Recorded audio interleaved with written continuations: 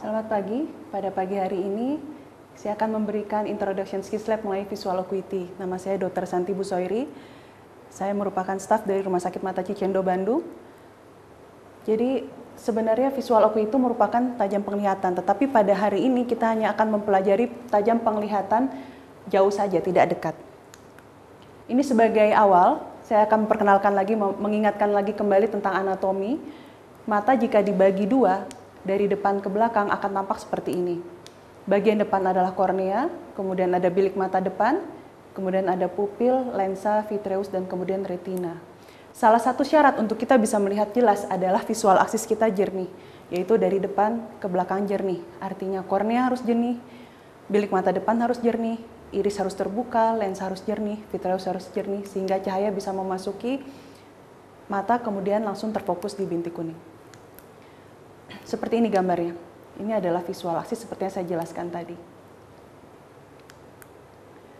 Pada manusia normal, visual aksis itu adalah yang normal adalah 1,0. Apakah bisa 20/20? Bisa satuannya 6/6 atau 5/5 tergantung dari chart yang kita pakai. Jika kita menggunakan hitungan feet, maka kita akan menggunakan 20/20, kemudian kalau meter 6/6. Yang perlu diingat oleh Anda sekalian adalah jika di atasnya adalah angka 20, berarti dia menggunakan satuan feet. Kemudian jika di satuan yang atasnya adalah 6, dia menggunakan meter. Karena kadang-kadang itu menjadi suatu yang membingungkan buat Anda sekalian. Ini adalah caranya, kita memeriksa dalam jarak 6 meter, kemudian memeriksa sebagai baik konsensus internasional, kita selalu memeriksa mata kanan terlebih dahulu, seperti ini. Kemudian kita meminta pasien untuk menutup sebelah matanya dengan menggunakan telapak tangan tanpa menekan bola mata, seperti ini. Tujuannya adalah jika kita memeriksa mata sebelahnya lagi, mata itu tidak akan silau karena tertekan sebelumnya. Ini adalah chart yang kita sebut dengan Snellen chart. Seperti yang saya bilang tadi, karena angka paling atasnya adalah 20, maka chart ini menggunakan feet. 20/200 ini setara dengan 6/60 pada saat meter, kita menggunakan satuan meter, atau 0,1 juga boleh. Pada chart ini, visual acuity normal adalah pada baris ke-8, yaitu 20/20. Harus diingat lagi kembali bahwa normal visual acuity adalah 1,0, sehingga di chart ini adalah 20/20. Kemudian chart berikutnya yang lain adalah E-chart. E-chart adalah seperti ini bisa digunakan pada anak-anak atau pada orang yang buta huruf. Kita akan bisa memberikan kepada mereka, menanyakan kira-kira seperti yang huruf E yang paling atas ini. Kaki huruf E-nya kemana? Ke kiri, ke kanan, ke atas, atau ke bawah. Atau akan lebih baik jika kita juga mempunyai huruf E yang dibuat dari karton yang besar untuk pasien mengikuti arah huruf E yang kita tunjuk nanti. Akan tetapi, kadang-kadang juga jika Anda tidak mempunyai huruf E karton itu, bisa juga menggunakan telapak tangan. Jadi kakinya kemana? Ke sini, ke atas, ke sini, atau ke bawah. Itu juga bisa. Kemudian juga kita harus menggunakan chart yang sesuai sama pasien. Jadi jangan chart yang pasien tidak mengerti ya. Jadi bisa pada anak-anak juga bisa menggunakan gambar atau e-chart tadi. Nah, sekarang kita akan mulai pemeriksaannya. Jika kita akan memeriksa pasien dengan mata kanan terlebih dahulu, kemudian mata kiri ditutup seperti yang saya bilang tadi. Jika pasien hanya bisa melihat pada baris ketiga ini mohon maaf, ini tertutup, ini 20/70 di sini.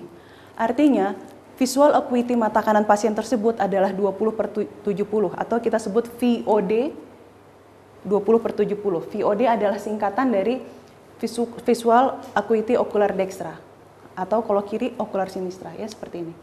Jadi kita tulis dulu penglihatan dasarnya VOD 20/70. Dia hanya bisa melihat sampai Z. Jadi TOZ, dia hanya sampai situ.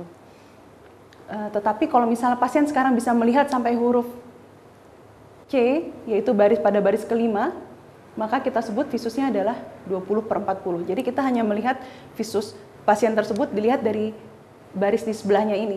Jadi kalau misalnya dia bisa sampai P, artinya dia visusnya 20/30, seperti itu. Berikutnya, jika pasien hanya bisa melihat pada baris ke-6 contohnya ya, pada baris ke-6. Tetapi kita harus lihat di baris ke-6 ini ada huruf E, D, F, C, Z, P. Ada 6 huruf semuanya. Tetapi pasien tersebut hanya bisa membaca E, D, F, C saja. Dan Z dan P-nya, pasien tersebut tidak bisa membacanya. Artinya, visual acuity pasien tersebut adalah 20/30 F-2. F ini artinya false 2. Artinya dia bisa membaca visusnya 20/30 dengan 2 kesalahan huruf. Seperti itu. Nah, pada saat pasien tidak bisa melihat sampai ke 20/20 atau normalnya begini, normal di baris ke-8 ini, maka kita harus memeriksa pasien dengan pemeriksaan pinhole. Pemeriksaan pinhole itu merupakan suatu pemeriksaan yang menggunakan suatu alat occluder dengan lubang di tengahnya, persis di tengah-tengah. Kemudian kita letakkan di depan mata pasien persis. Pada saat pemeriksaan pinhole ini, jika pasien yang tadi seperti tadi hanya bisa melihat sampai huruf C saja, tetapi ternyata setelah diberikan pinhole dia pemeriksaannya jadi bisa melihat sampai ke huruf D misalnya, artinya pasien tersebut mempunyai kelainan refraksi. Jadi prinsipnya pada saat pemeriksaan pinhole, jika hasil pemeriksaannya lebih baik, penglihatannya lebih baik, dia mempunyai kelainan refraksi. Artinya dia harus memakai kacamata.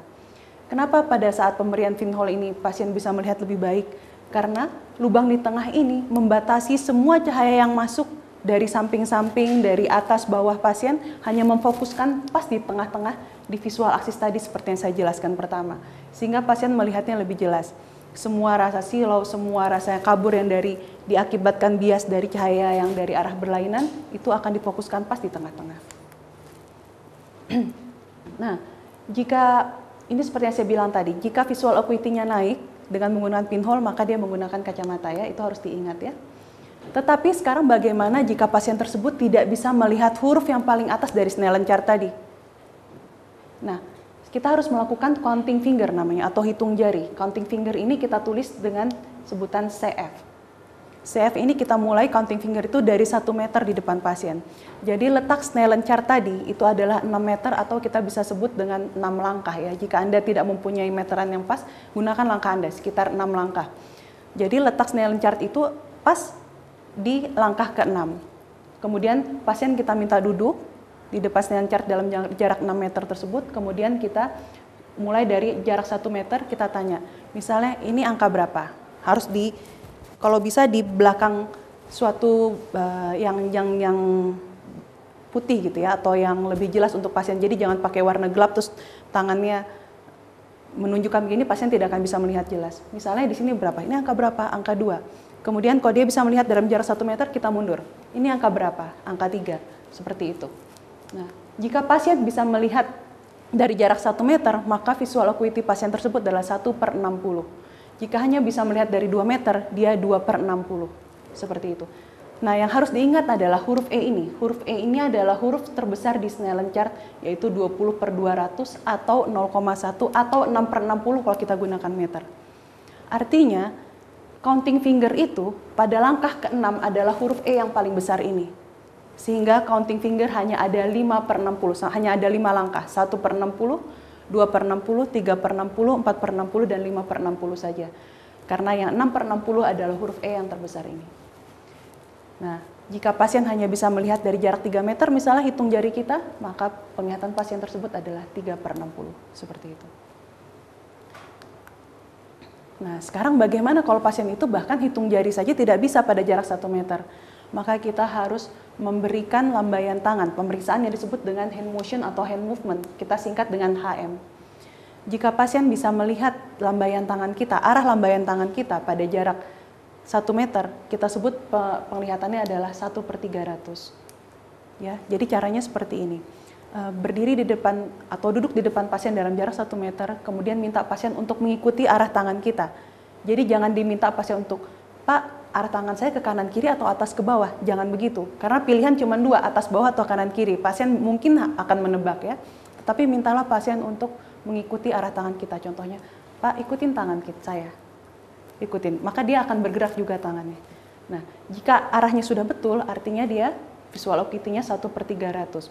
1/300 ini artinya pasien tersebut hanya bisa melihat lambaian tangan pada jarak 1 meter saja. Sementara kita, jika kita bertemu teman kita dalam jarak jauh dan kita melambaikan tangan dalam jarak 300 meter, kita masih bisa melihatnya. Seperti itu. Seperti ini ya gambarnya. Nah, tetapi sekarang lambaian tangan tidak bisa bagaimana? Maka kita harus menggunakan senter atau cahaya.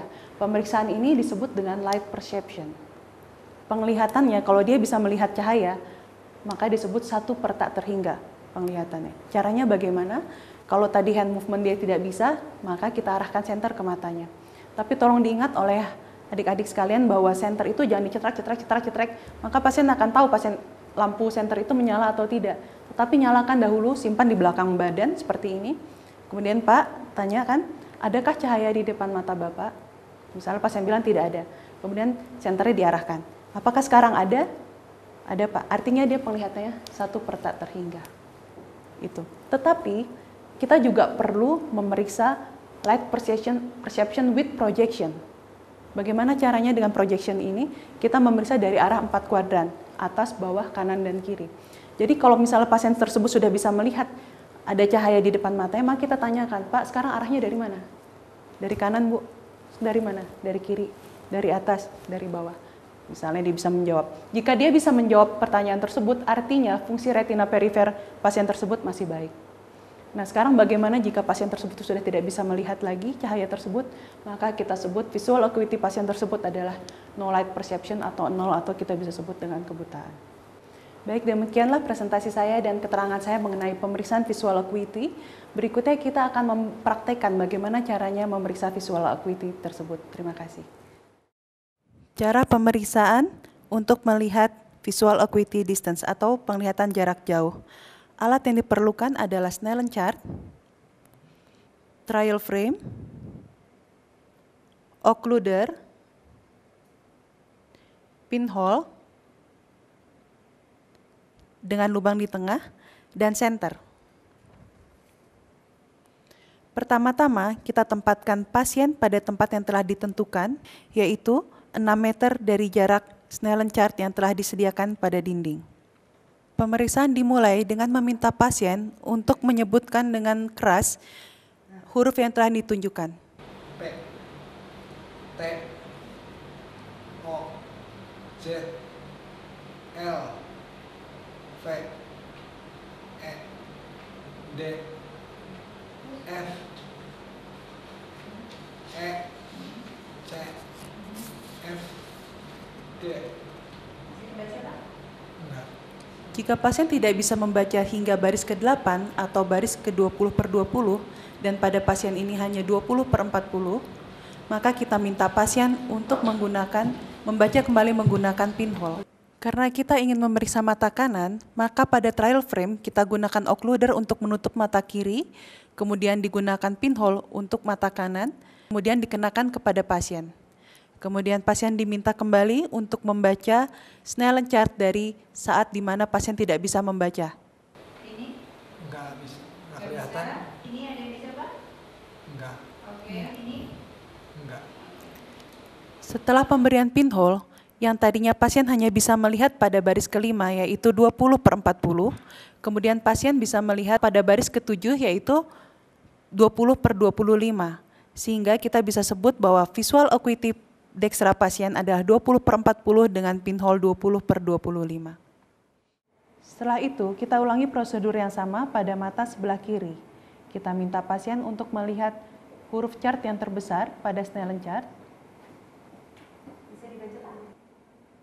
Karena pasien tidak dapat membaca huruf terbesar pada Snellen chart, maka kita minta pasien untuk melanjutkan pemeriksaan dengan menggunakan hitung jari atau counting finger. Pemeriksaan ini dilakukan dari jarak 1 meter di depan pasien, kemudian pemeriksa mundur hingga saat pasien tidak dapat membaca kembali. 1, 2, 5. 1, 2, 5. Enggak kelihatan. Pada saat pemeriksa mundur langkah ketiga, pasien tidak dapat melihat dan menghitung jari pemeriksa, sehingga dikatakan visual acuity pada pasien ini mata kirinya adalah 2 per 60. Artinya, pasien dapat menghitung jari pada jarak 2 meter, di mana orang normal dapat menghitung jari dari jarak 60 meter. Selanjutnya kita berikan kembali pemeriksaan pinhole pada mata kiri. Pemeriksaan pinhole dapat dilakukan dengan visual acuity dasar minimal 2 per 60. 2, 5, 1, 2, 5, 1, 5,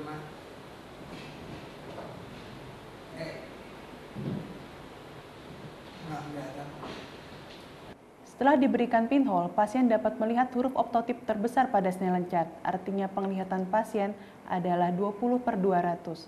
Artinya visus mata kiri pasien adalah 2/60 dengan pinhole 20/200. Bapak boleh lihat ini? Nggak bisa. Tidak terlihat? Nggak kelihatan. Tidak terlihat, Pak? Bila penderita tidak bisa membaca jari pada jarak 1 meter, maka saya akan melakukan hand movement. Ya. Bisa Bapak ikuti ada gerakan tangan saya? Nggak bisa. Matanya nggak usah ikut, Pak. Nggak bisa. Ya, tidak bisa. Bila penderita tidak dapat membaca lambaian tangan pada jarak 1 meter, maka saya harus memberikan sinar dengan menggunakan senter ke arah mata. Ini ada lampu, Pak? Ada cahaya. Ada cahaya. Bapak bisa tunjukkan cahayanya dari arah mana? Tengah, Ya. depan, Bisa ditunjukkan cahaya dari arah mana? dari atas, Ya. Bisa ditunjuk cahaya dari arah mana? bawah, Bisa ditunjuk cahaya dari mana? samping, Bisa ditunjuk cahayanya? samping. Ya. Bila penderita bisa menemukan cahaya, maka kita harus mencari proyeksi dari si arah cahaya tersebut. Penderita kita berikan cahaya dari arah atas, bawah, kanan, dan kiri. Kemudian apabila penderita bisa menentukan arah cahaya tersebut, maka kita katakan bahwa light projection positif.